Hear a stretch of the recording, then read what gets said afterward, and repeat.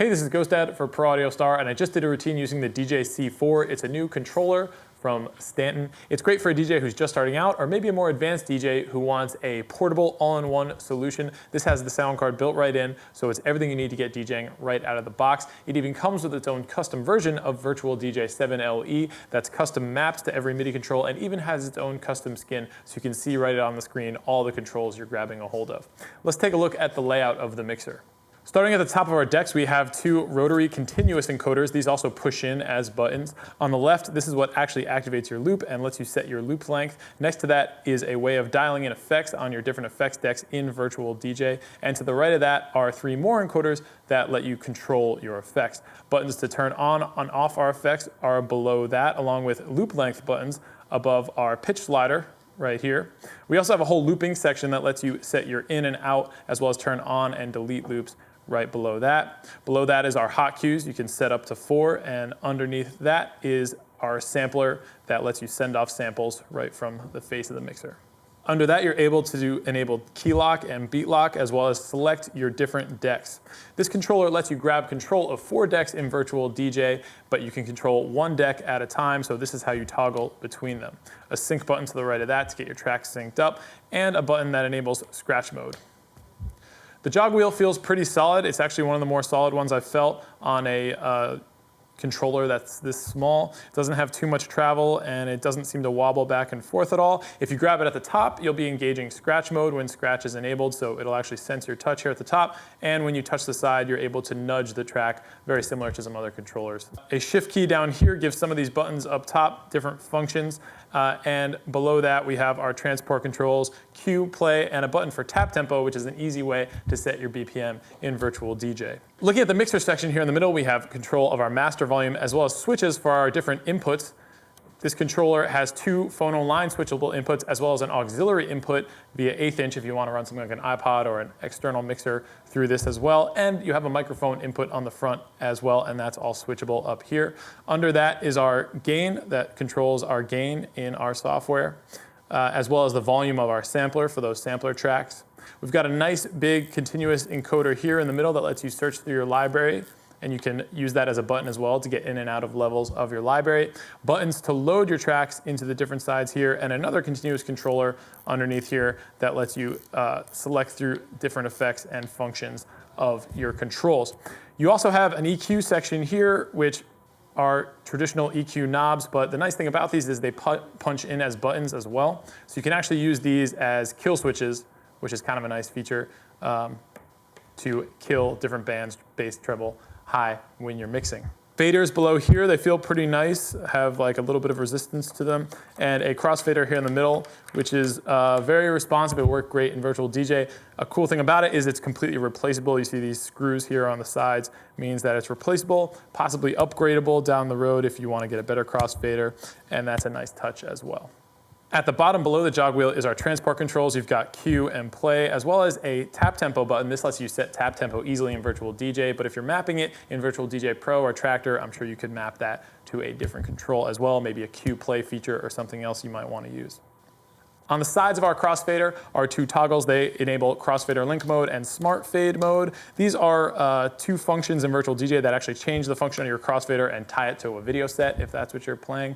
But I'm sure you could map those as well if you're using Virtual DJ Pro or Tractor to toggle different functions. We've got pitch slider on the deck as well, along with a pitch bend button. So if you don't want to use the slider or nudge, you can use actually a button to get your tracks lined up if they're not perfectly in time. A unique feature of the C4 is fader effects control. When enabled, it actually changes the function of your volume fader to control the effects that you have enabled in your effects deck. Looking at the front of the DJC4, we have a 1/4 inch input for our mic, along with mic level and on-off switch, and control of touch sensitivity of those jog wheels at the top. This is going to control how sensitive they are to your touch when you're engaging scratch mode. You set that right here as well. Crossfader curve is set here on the front as well if you want a tight scratching crossfader or a smoother transitional one. And controls for our headphone mix. You can hear either the cue or the master here, along with our headphone level. An 1/8 inch and a 1/4 inch out for your headphones are found here as well. Back of the DJC4, our USB port is right here. The C4 is bus powered, so you can plug it right into your computer and turn it on, which is really convenient. Our power switch is here, and you can still bus it off a 6-volt adapter if you want peace of mind that you're powered at all times. We've got master out, both balanced and unbalanced, so you've got your quarter and RCA depending on what you have at the venue or at home. Here are our 2 RCA inputs, which are switchable phono line. That's great if you want to integrate CDJs or turntables into your setup. And we also can switch the input 1 from PC to throughput. This takes our analog input 1 and passes it straight through to the master, so you're not sending it through your software. That's convenient if you've got maybe a whole other rig you want to run through this, or just a signal you want to run dry straight to the master. An aux input is to the right of that, so you can run an 1/8 inch in, maybe if you've got that iPod or some sort of backup audio system. Really convenient input right there, and our gain for that input is set on the back here as well. I'll go through some of the controls I took advantage of when I was working out a short routine on the DJC4. Looping was definitely one of them. It was really easy to get in and out of loops with this looping section and just turn them on and off. It remembered what I had my loop length set to. So when I had a beat playing, as soon as I hit loop on, it got me into that loop. Hitting the delete button will get me right out of that loop and forget about it right away, but it's always there, so it's kind of easy to take advantage of, which is nice. The effects were another thing I used. I was able to choose the effect I wanted to be on. I use the beat grid a lot. The other thing about this version of Virtual DJ is it gives you 3 effects decks in a row, which is nice. You can actually combine effects. I think I was combining doubler and flanger, as well as a beat grid, which is a really cool effect. So if I call up the doubler, flip and double effect here.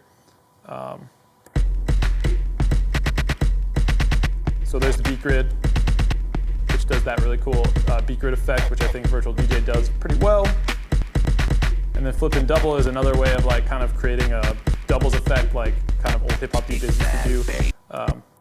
Or doubler is kind of an effect that hip hop DJs would use, kind of setting one record off in time so that you could create a double phasing effect between the 2 songs, but you can do that actually right here on the effect. So I was chopping up beats on the fly in that routine a little bit using those 2 effects as well.